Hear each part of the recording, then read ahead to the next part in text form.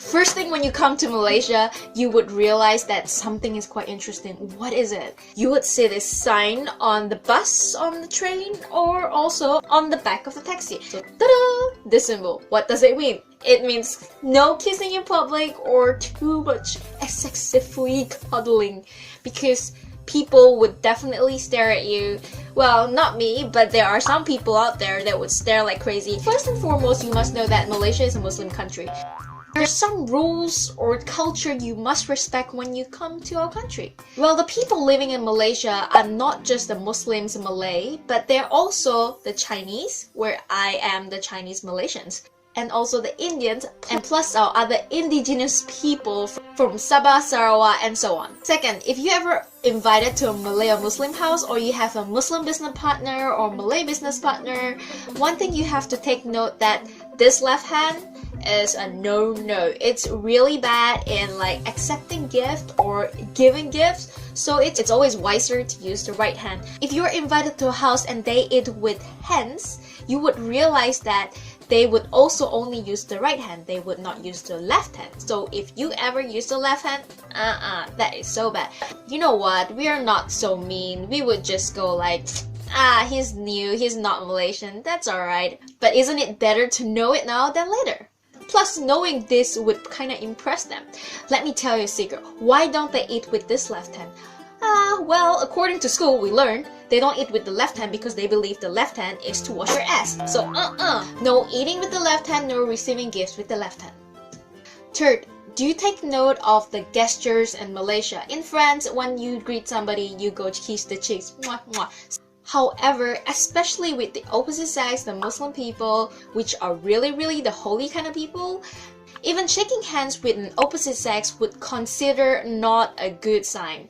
Do remember, with the opposite gender, you have to make sure they offer their hands to shake first before you shake their hands.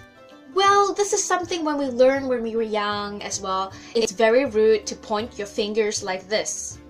And I do sometimes feel really bad pointing fingers like that, because in school or my parents, sometimes they would tell us, please don't point your finger like this. It's very rude. For them, it's best to point the finger with the thumb.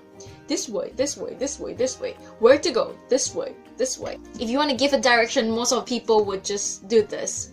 That way, that way. You first, you first. They don't go there, there, there, there, there. Pointing fingers is kind of rude in Malaysia. I don't know why. It's the finger problem. Ooh. Another gesture is do not touch the head. The head is like holy. You know, when I was studying in school, we have also Muslim friends as well. So they would be really pissed off if we ever touch the head or put something or put our hands like above the head. It will annoy them so badly. It is some kind of thing that we don't do ever to them, and it's best not to stir up someone's anger. Fourth, I know it's summer, it's so warm and humid in Malaysia.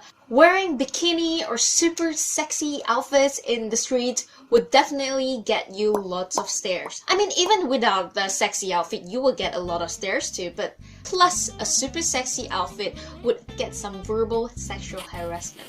So if you don't want to get the horrible verbal sexual harassment, just cover yourself. Unless you're going for a party, I think party areas no one really bother.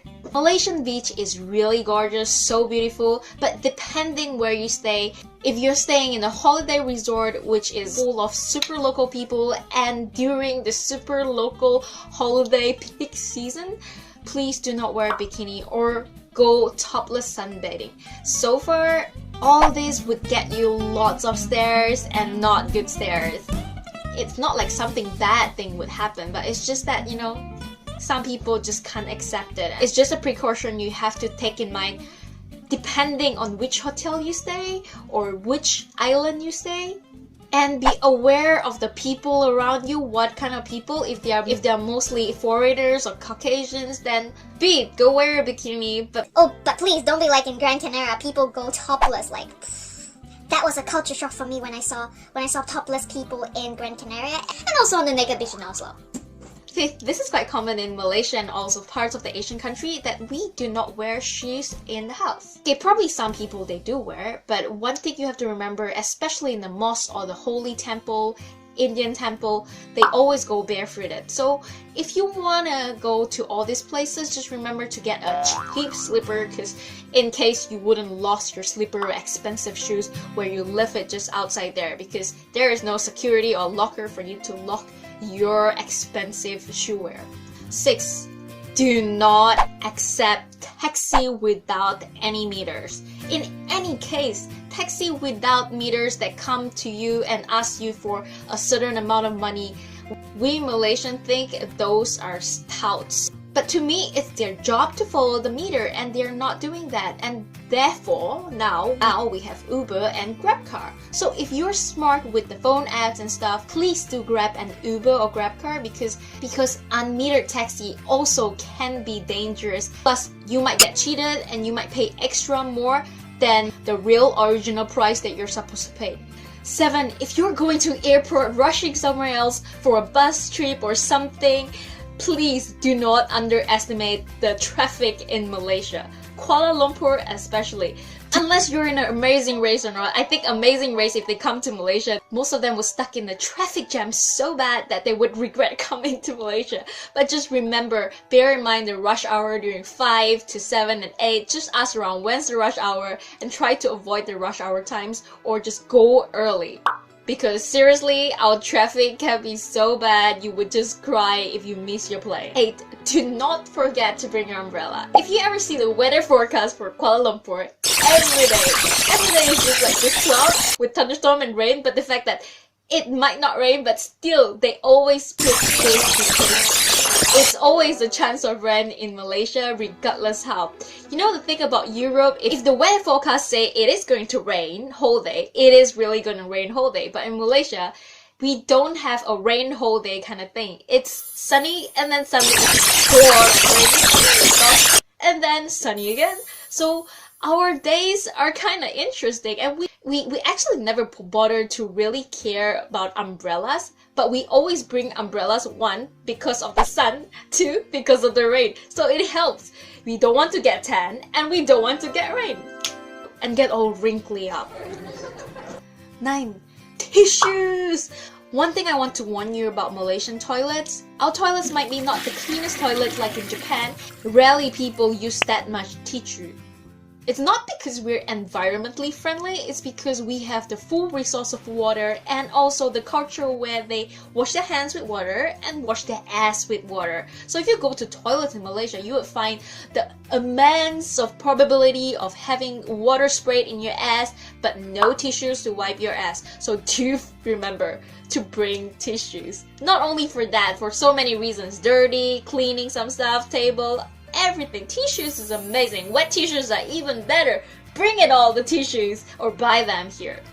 Last but not least, 10. If you're coming from Amsterdam or countries where it's quite okay and lenient with drugs, please do leave all your drugs back home, because one thing about Malaysia, we are freaking strict with illegal drugs and any involvement in drugs. And there you go, a mandatory death sentence. Mandatory death sentence. Like really, you're gonna die in Malaysia if you're caught with drugs. So please leave all these drugs back home or wherever. Just try not to get yourself in Malaysia. Bottom line, Malaysia is a beautiful country, beautiful culture, beautiful food, and this 10 things not to do would not be a huge obstacle for you not to come to Malaysia.